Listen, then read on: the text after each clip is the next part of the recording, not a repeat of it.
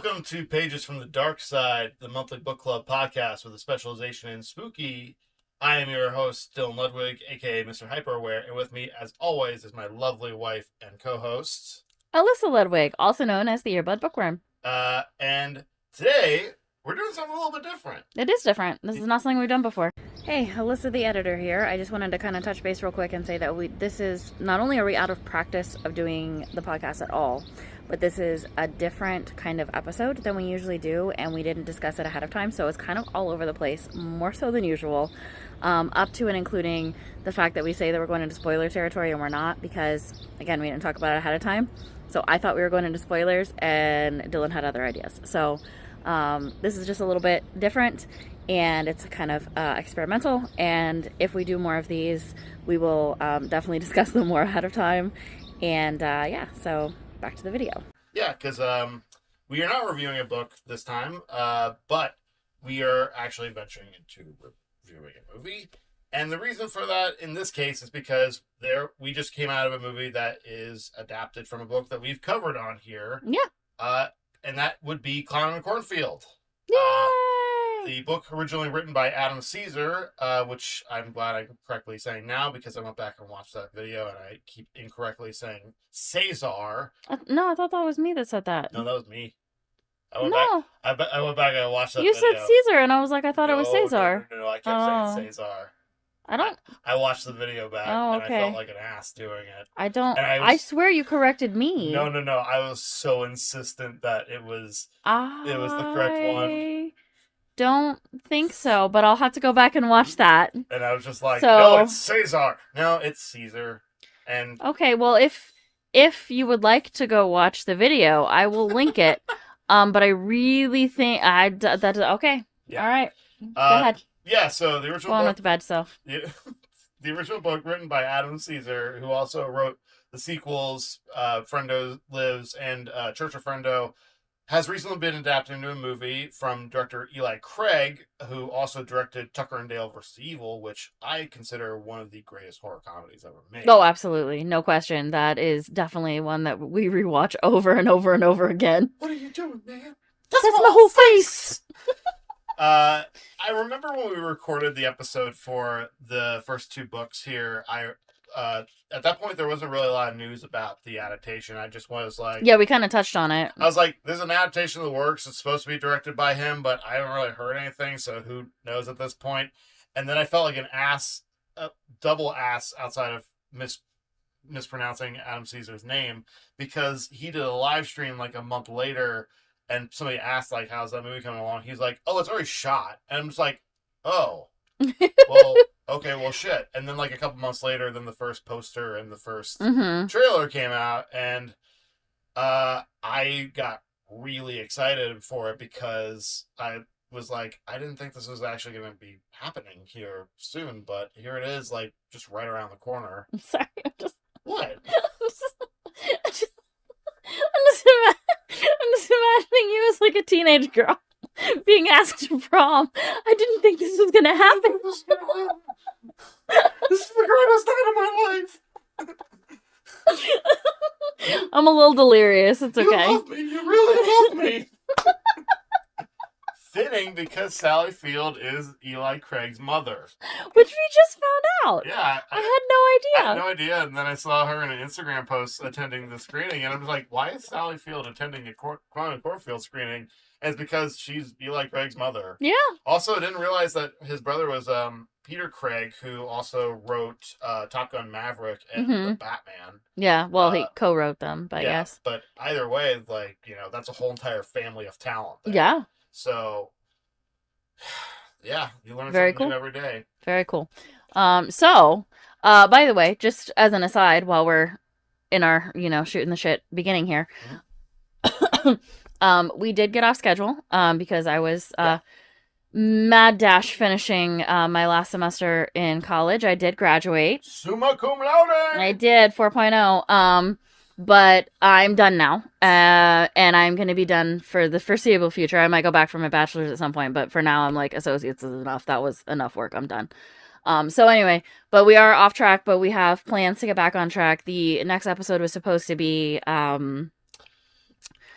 blanking. Dead Silence. We will still get to that. That one's going to be pushed back a ways, though, because we did have one that was kind of set to be coming out right around Mother's Day, so we will still do that one next.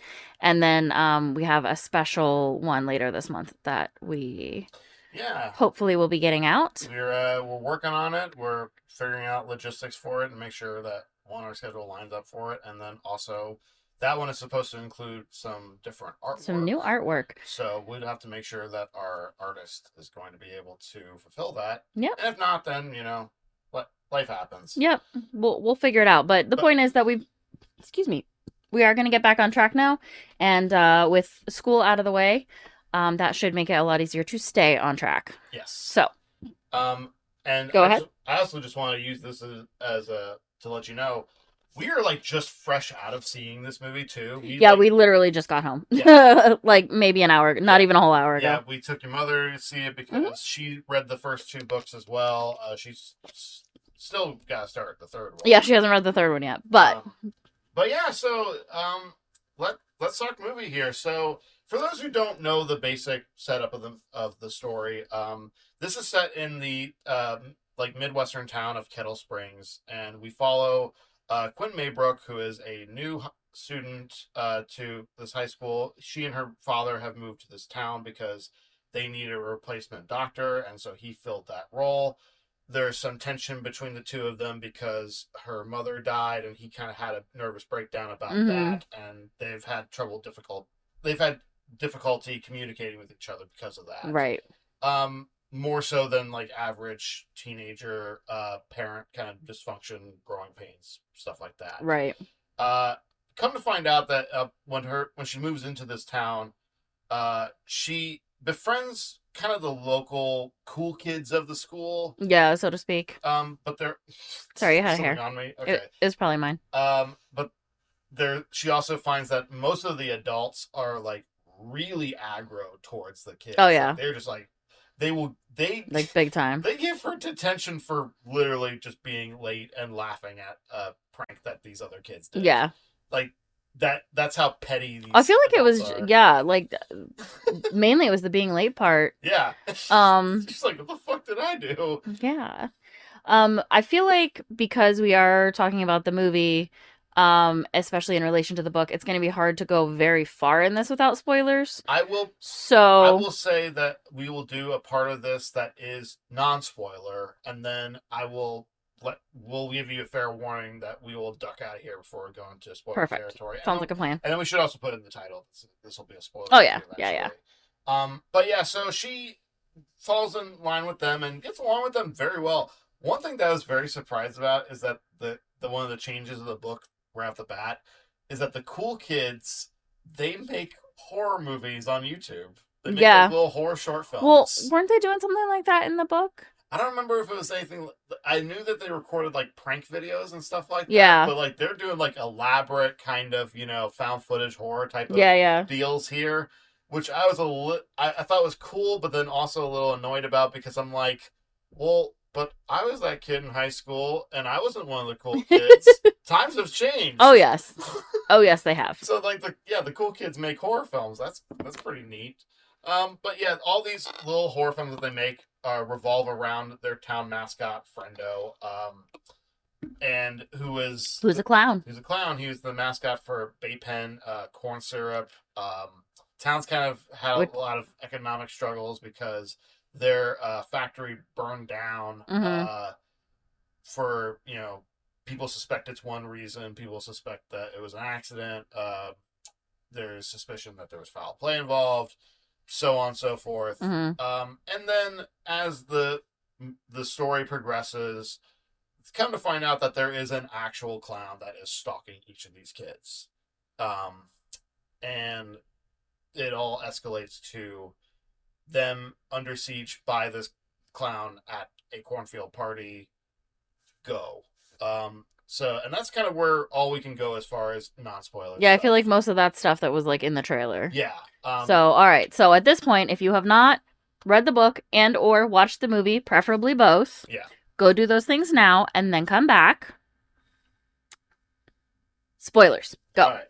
So let's talk about the things that we liked about the movie quite a bit. Okay. I think the cast is all fantastic. Yeah, you know what's funny is I don't think a single person was cast that looked the way that I pictured them in my head reading the book, but they all did really well in their roles. I had a very does that make sense? I had a kind of the closest one that I could imagine the actor being that person from the book is Quinn. Oh, see, for me it was Cole. Really? Yeah. Cole is another close one from as well, because he's got that very 90s boy bandish. Oh yeah, no, he absolutely. Oh gosh, Backstreet Boy. No, no, hold on, no. I'm trying to think of what that guy's name was. There was this guy. He was like in the 90s, and I'm trying to think of his name because when I saw this kid on the screen, I was like, if this was made in the 90s, he would have been played by blank. But I could never remember his name. I should have Googled it before we started filming so that I could have said it. He definitely has that late 90s DiCaprio hair. Kind of, yeah. No, he also reminded me of the best friend from Boy Meets World. Oh, I never watched Boy Meets World. Oh my god, you never watched Boy Meets World? We've talked about this. I always forget because that was like my show as a kid. Like, I'm sorry, TGI Friday. You sat down and you watched Boy Meets World every single freaking Friday, but I'm like 9 years older than you, or not 9 years. I'm 7 years older than you. I went the wrong way. Listen, I went the wrong way. I love older women, but tone yourself down. I went the wrong way from 8. But there was a guy, and he was in. I think he was in. Was there like a Call of the Wild movie in the 90s? I feel like there was. I was like, are you thinking of White Fang, actually? Oh, no. Yeah, it was White Fang. What was the guy? Who was the guy? Phoenix? No, that wasn't River Phoenix. Shit. What was the guy? What was the guy in White Fang? Fuck. Oh, man. Why is my head trying to say Jonathan Taylor Thomas? Absolutely not. You know, if it was JTT, I would have remembered. No, it wasn't him, and it wasn't Eric Von Detten, and it wasn't... Oh, gosh, it wasn't Devon Sawa. No. It was... blank. Anyway, was it the kid from Small Soldiers? I don't remember that movie, so I have no idea. The Spy. I don't remember that movie either. I mean, I know. R.I.P. Michelle Trachtenberg. Yeah, I know Michelle Trachtenberg was in that, but I don't remember that movie. No, I have no. I'm gonna have to Google it and like put it in the description because it's gonna drive me nuts. Okay, so it took a little bit of digging, but I did find who I was looking for, and the reason that I was confused, I was getting a picture in my head of the White Fang 2 poster. That in fact is Scott Bairstow, which is not who I was thinking of. But I was like, I know it has to do with wolves. And so I found it. It's called White Wolves 2. And, so the actor I was thinking of was Jeremy London, which actually is like another connection back to White Fang because Jack London wrote White Fang. So, hence my brain going on all kinds of adventures. But yes, Jeremy London is who I was trying to think of. Anyway, but yes. So he's got that look going. He's got that look. Quinn has this very, very thin, kind of waifish quality. Yeah. Now, the only thing that I had a little bit of a distraction about was I go, this looks very close to how I imagine her in the first book, but I also have to imagine that she has to grow into being a badass in the sequel. Right, exactly. And this Katie Douglas, I nothing against her as an actor. I think she's fantastic in the film. Mm-hmm. She's tiny. She is very tiny. Yeah, very, very tiny. But it fits with the character here. Yeah, no, definitely. But no, she's really good here. I think that also the actor who plays her dad, Aaron Abrams, from Hannibal. He was on. Oh, he was. He was one of the forensic techs on that. Oh, I knew I recognized him from something. Yeah, I thought he was great. He was one of the ones I think that was the farthest from what I pictured in the book. For me, the farthest was, and you would disagree with me on this, is probably Will Sasso as Sheriff Dunn. Because I imagine somebody more like a Tom Atkins or a Stephen McHattie, kind of a grizzled older guy for that. And Will Sasso still fits with what the character is because he's, this very brutish character. Much like other characters that he has played. He played a character similar to that on Shameless, actually. Oh, okay. So it's not everything comes back to Shameless, doesn't it? But also, I remember Will Sasso as doing the best George Lucas impression on Mad TV. Oh my god. Because this is one of the greatest skits in that is when he is playing George Lucas and Alex Borstein plays like a journalist who's with him while they're touring the set. And he's like, I got some footage for Star Wars Episode 1. Would you like to see it? And she's like, sure, why not? And then they get there and they have the most racist Jar Jar Binks actor on set, and she's like, "Is this a joke?" He's like, "No, this is our new breakout character. It's Aunt Jar Jar Mima." No! Stop! That's horrible! Why? And so every time I see him, I think about him playing George Lucas on that skit. But wow, he's still really good in this role. He was good at he was playing good. The sheriff that is just really aggressive to every single young person in the film. And then the other person that I was like, I didn't imagine this actor for this role, but it somehow fits. But Kevin Durand as Arthur Hill. Oh, absolutely. No, he fits so well. Because I imagine the character older in the book. Like, yeah, I didn't really necessarily imagine. Well, I don't know how old he is because I think he looks probably older than he actually is. Like late 50s. Okay, yeah. Late 50s, early 60s. Yeah, no, I mean that's about what I pictured. But also, in the book, you had to choose the guy that looked the most like Elon Musk, of course, to play a character, of course, grandstands on traditional values. Yeah. The only thing that was short of, the only thing he didn't do was actually, put his arm out in a City Hail gesture. Oh God. Yeah. Don't at me about that, right? Don't. Just don't do it. You're gonna lose that argument. But all the cast is really good here. Yeah. The movie is way funnier than the book. Oh, it's hilarious. And it's one of those, because it's not. I wouldn't call this a comedy. No. But it is very much like Scream, where it is a actual serious slasher, but there's a lot of humor. Yeah, exactly. Now it's not meta cute like Scream is, but there are just these great moments, like at one point they're on the run and they need to dial out, but it's a rotary phone and they're so young that they don't understand how the rotary phone Where are works. The buttons? Yeah, no, that was funny. But the changes that they make from the book to the movie, some work. Yeah. Some I'm a little kind of like, oh, I think they kind of missed an opportunity. Yeah, well, I mean, for one thing, it's what, an hour and a half? Yeah, it's 95 minutes. Yeah. So how long is the book? I can't remember the page count. I think it's like at least. Yeah, it's over 300 pages. So I mean, I'm not surprised that they had to cut stuff out to fit it into 95 minutes. However, there are a couple of things that I'm like really disappointed that they didn't have in there. The biggest one for me is the finding of the old doctor. Yeah. Where they find, the dad. Yeah. Glenn? Yeah.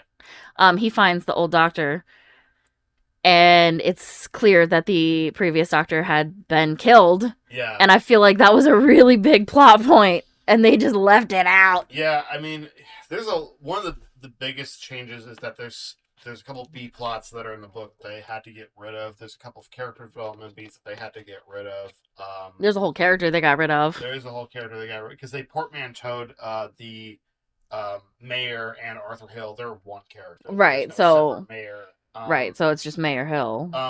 You never see they make mention of the prologue sequence with Cole's sister dying, right? But you never don't see it, right? They have this brand new prologue where it's in 1991 and a couple teenagers are getting high and about to have sex, and then the cold open is that they both get slaughtered by pitchfork. Right. That's not in the book. That is a layer that they added for the movie to have it be this kind of generational. Yes. Every once in a while, we have to get rid of a bad crop, as they would say, whether it be hippies in the 60s.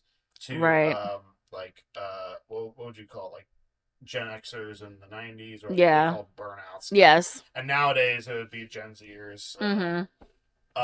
You're the worst of all. You're the worst of all of them. Oh my God. But yeah, they wait. Oh God, does that mean that the adults in this movie are millennials? Oh my God! Timeline-wise, if you think about oh God! Okay, no, good. I'm leaving now. Okay, no, stop. Because okay, you think about we're in 2025 right now. So yes, the adults in this would probably be 40s, 50s. Yeah. So the reason that they have the values that they have is either because there are some left over from that generation, like Greatest Generation or whatever, or they have just kind of adopted those same values without question. Right, which I think is the case. And like in this, they make it very clear that the generation that fights back and questions that authority, they're the ones that get punished for it. Right. Much like what we're in now. You know, oh my God. Yeah. I'm sorry, I just can't get over that. I feel old. The kills in this are pretty fucking impressive. Yeah. I know there were some people that complained in the horror community about, you know, this being considered more tame because it's gateway horror. Mm-hmm. But it's still rated R. It's still gory as shit. And also, you need gateway horror. Right. Like, Scream is gateway horror. That's rated R. True. Halloween has got barely any gore in it, and that's gateway horror. It's rated R. Yeah.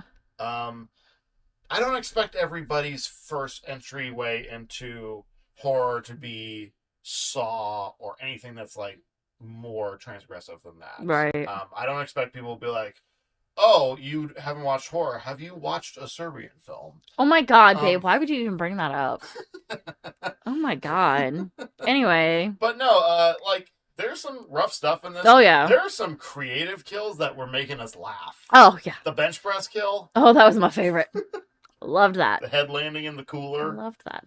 And then just the way he's like walking off. Oh. Yeah, that was one thing that's a big.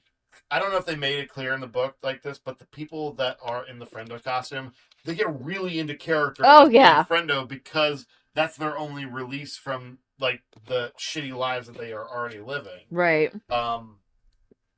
But now, so if there's any negative with this, I mean, well, for one thing, there's one negative I have with it.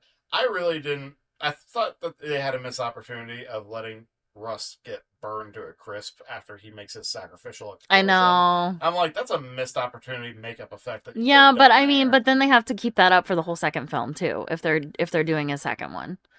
Which they you know what I mean? The movie actually did very well, considering its budget. I mean, it made like $4 million, and the movie has less than $1 million of the budget. Seriously. The movie looks incredible for that. Wow. Like, it's incredible. It's very well shot. I had no idea. Yeah. Like, you know, the way that they frame the kills is really impressive. Okay.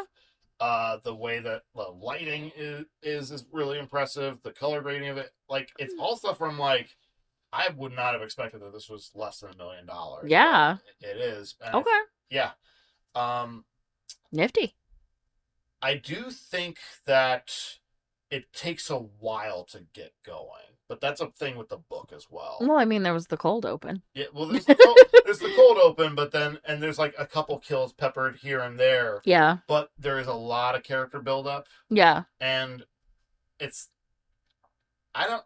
in my opinion, I don't feel like you need to have read the book to kind of already predict where some of it is going. Yeah. The biggest one is like, it's pretty clear that Cole is gay.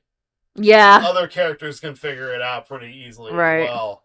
Although I have to admire the fact that for being a final girl, they just let Quinn be pretty sexually aggressive. Yeah. I did not expect that. Not that there's no nudity. They don't go that far. No. I will say though, one of the things that I thought was funny is when the oh shoot, what's her name? Was it? Oh my gosh. The blonde girl? No, the other one. The black girl? Yeah, what's her name? I hate to call her that. But what's her name? She does have a name. It's short for something. Like, I want to say like Jess, but it's not Jess. Because it's one of those where it's like the second part. Like Tori for Victoria, but it's not that either. You're Googling it. You're literally Googling it. What's her name? What's her name? You're not helpful. What is it? I think it's Jessica. Jessica? Is it Jessica? No, I don't think it. Maybe it's Jessica. I don't think so. Okay, he's Googling it and he's checking the Wikipedia, and so I'm just gonna keep talking to fill the space. The black girl is Ronnie. Ronnie for Veronica. Yeah. See, I was close when I said Tori for. Okay, so anyway, Ronnie, when Ronnie's like, this is like an 80s slasher film. Yeah, they were very cute with that. No, but it was so funny because then Janet's like, what does that mean? It means next. And then she actually And then was she was. next. Yeah. There's other great bits of humor in there, like when it gets to the I forget the blonde girl's name. I just had it, but when she gets killed, Janet. she gets killed by the pitchfork, and then Yes. Quinn very coldly just pulls the pitchfork out of her to kill the friendo that's attacking her, and then she's just like, "I hate you, Quinn," And then Frendo's like, I hate you too. Like, there's a lot of great dark comedy moments like that. Like, later with they kind of retooled the subplot with the dad having to be forced to do impromptu surgery on the other friendo. Yeah, that was very different, but it worked. It worked well. but it still worked because there was still tension there. But the point where he gets the upper hand on him and stabs him in the neck, it's like, okay, you don't want to pull that out, and you're pulling it out. And you have to bleed out. And then he fell down. He's like, well, I told you. I tried to warn you. There's a couple shots in this where I'm like, it's a little hard to tell what's going on. Yeah, there was definitely some points where I'm like, I need to watch this on streaming so I can rewind it. Yeah, it's a little shaky. I need to watch it when it comes, because I will watch this again. I had a lot of fun with this. And it's going to get a Shudder release because they're one of the distributors. Yeah. I don't know when. They haven't named a date yet because they want to let the theatrical run play out, but when they do, we'll watch it with a double feature with Killer Clowns from Outer Space. Yes, and I do hope they will do a physical media release, and I do hope to get a copy of that as well, because I really, really, really like this one a lot. Yeah, it was a lot of fun. Now, nothing is going to beat Sinners this year. Oh my god. I think that could be its own review on itself. Yeah, I don't know if that's probably going to be my stand as my favorite for the rest of the year. Well, I mean, I wrote my final report on that for my religion class, so and I got an A. Yeah, and that one that's a way denser. More that's a whole bigger thing. Film. This is very straightforward. Oh yeah, and it's just fun. It's fun. It's a lot of fun. I really had a good time watching it. I think it's a very worthy adaptation of the book, even with the change that it does make. No, I agree. I think the changes that were made fit pretty well. And though I did, have a couple complaints here and there, overall, I think it was absolutely fine. Yeah, it's everything that I would have wanted from a adaptation of this book. Yeah. And then some, because it surprised me in a couple of places. Yeah. I will say the part of the ending is pretty abrupt. Because, for one thing, Arthur Hill just kind of pieces out. Right, like, deuces. It's like he just drives off and we're like, okay, I guess there's no comeuppance for him. And then, like, it's got this extended epilogue that's really just there to set up, like, if you've read book 2, then here's we're just giving you some hints that we're hoping to do a second movie. Oh, that's one thing that I have as a slight criticism. There's this running motif with this music box. Oh, yeah. And it is good for tension, but when you think about logistics of it getting set places, it doesn't make a lot of sense. Especially like the times that it runs on its own. It's like, how did you plant this one specifically that would run on its own when the other ones don't? And there's nothing supernatural, so it's not like exactly. So that's one thing where I'm like, I get why this is a running thing, but it did feel a little weird. It doesn't quite jive here. Right. But that's a minor complaint. But yeah, we never see what happens with the barnyard kids. Yeah. They just the rest of the party goes to just kind of like, nah, it's your fucking problem, peace out. Right. Whereas like in the book, they kind of make it clear that the friendos were massacring everybody. Oh yeah. So I'm kind of surprised we didn't see more of that. Right. But maybe if they do a second movie, they will have some flashbacks. Yeah. Oh no, they did murder a fuck ton of kids. Right. In the barn. As it is, they just kind of killed one other partygoer and the DJ. Right. Who I mistakenly thought at first that was the kid from the Chucky TV series. It's not. Oh. It's somebody that looks a lot like him. But anyhow, I think it's a really good time at the theater. Go if you want to see this. Go support it in the theater. Yeah, seriously, you will not be disappointed with that. If you want to wait for streaming, that's fine. Because those streaming numbers do matter on Shudder as well. Right. And it will get a Blu-ray release, but until then, check it out if you want to. This is a 4 out of 5 skull for me. I had a really good time with it. Yeah, I had a lot of fun too. Like you say, definitely not the best movie that we've seen all year. No. So yeah, I would also probably say a solid 4. Yeah. Yeah, solid 4. 4 skulls for me. It was fun. It was funny, but it also had like some really good jump scares. I noticed though you didn't jump for any of them, which is a little out of character for you. Well, here's the thing. You're a jumper. Well, it depends on the sound design and this. Like, yeah, that's true. Sinners was a movie that kind of leaned a lot into its sound design for obvious reasons. And so the jumps there got me, whereas this one I'm like, for one thing, I can kind of predict the jump scares here. Right. But also, like, it's not super engineered. Yeah. It's, so, but that's not a fault of the movie. But it was fun. It was a lot of fun. Like, I think that when our kids get old enough, like teenagers, to get into more like intense kind of stuff, this is a good starter for them. Yeah, probably, yeah. Yeah. Yeah. So yeah. 4 out of 5 and 4 out of 5 and another 4 out of 5. Yeah. So yeah. That's our review for Clown on Cornfield. We may do more movie reviews in the future. Let us know in the comments or, email us or whatever if you're down for more movie reviews. Yeah. And we will see you guys in the next chapter of Pages from the Dark Side. This has been a production of Pages from the Dark Side. Sound and video production by Alyssa and Dylan Ludwig. Music and artwork by Aaron Shively.